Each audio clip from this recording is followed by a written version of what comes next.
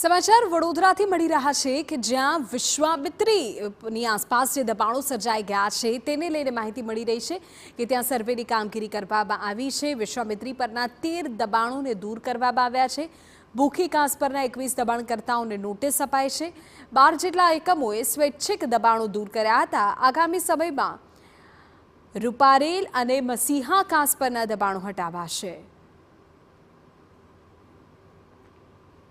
કાંસ અને રૂપારેલ કાંસ પરના જે દબાણો છે તેને લઈને જે સર્વે છે તે કરવામાં આવી રહ્યો છે। સમગ્ર વિગતો કયા પ્રકારથી કામગીરી થઈ રહી છે તેને લઈને હાલ જે ટીડીઓ ઓફિસર છે તેઓ આપણી સાથે હાજર છે, પરિમલ પટની, તેમની સાથે વાત કરીશું।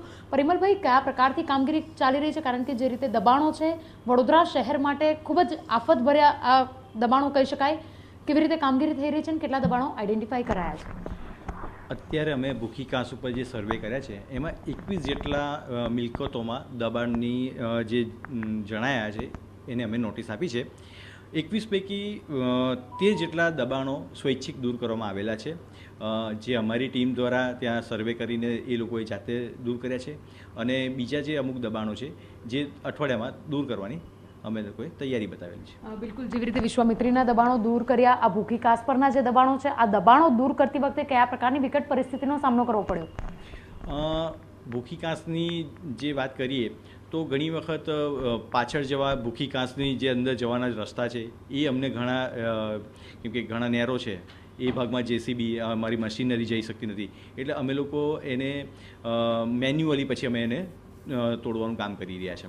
બિલકુલ, જેવી રીતે કાંસ પર દબાણો થયા છે, કયા જીડીસીઆરને આ જે કાંસ પરના જે દબાણો છે તેને આઈડેન્ટિફાઈ કરવા માટે ઉપયોગમાં લેવામાં આવે છે? કારણ કે અમુક બિલ્ડિંગો ઘણા વર્ષો જૂની બનેલી છે, તો દબાણો દૂર કરતી વખતે કયા જીડીસીઆરને ધ્યાનમાં લેવાયા છે?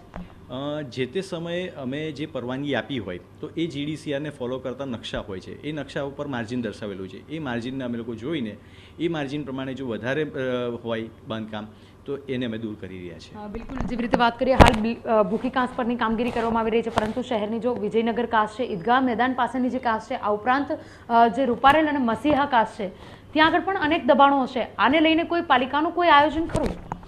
એનું પણ અમે લોકોએ સર્વેની કામગીરી હાથ ધરેલી છે। જેમ જેમ આ હવે ક્રમશઃ આ બધા જે દબાણો દૂર કરવા માટેનું જે સર્વે કરી રહ્યા છે અને આ જ પ્રકારની કામગીરી અમે કરતા રહીશું। બિલકુલ, આ સમગ્ર જે કાંસ છે, તમામ કાંસ પરના દબાણો માટેનું સર્વે ક્યાર સુધીમાં પૂર્ણ થશે ને જે દબાણ છે તેને દૂર કરવા માટે હજુ કેટલો સમય લાગી શકે છે? હવે આ દબાણની જે કામગીરી છે એ ટૂંક સમયમાં જેટલું બને એટલું ઝડપથી પૂર્ણ કરવામાં આવશે। બિલકુલ, તો જે રીતે ભૂખી કાંસ, રૂપારેલ હોય કે મસીહા કાંસ, આ તમામ જે કાંસો છે વડોદરા શહેરમાં વોટર ફ્લો છે તેને મેન્ટેન કરવા માટે ઉપયોગમાં લેવામાં આવતી હોય છે, પરંતુ જે રીતે દબાણો થયા છે આ દબાણોને દૂર કરવા માટે સર્વે કરવામાં આવી રહ્યો છે। વિશ્વામિત્રીનો 17 કિલોમીટરનો ડ્રોન સર્વે, ત્યારબાદ મેન્યુઅલી સર્વે, હવે ભૂખી કાંસ પર પણ મેન્યુઅલી સર્વે કરવામાં આવ્યો છે, જેમાંથી 21 જેટલા દબાણો મળ્યા છે, તેમાંથી અનેક દબાણો દૂર થઈ ગયા છે, તો બાકીના દબાણો ટૂંક સમયમાં પાલિકા દ્વારા ટીમને સાથે રાખી અને દૂર કરવા માટેની કાર્યવાહી પણ કરાશે। કેમેરા પર્સન રોહિત ગોયલ સાથે અંજલિ ઓઝા, TV9 વડોદરા।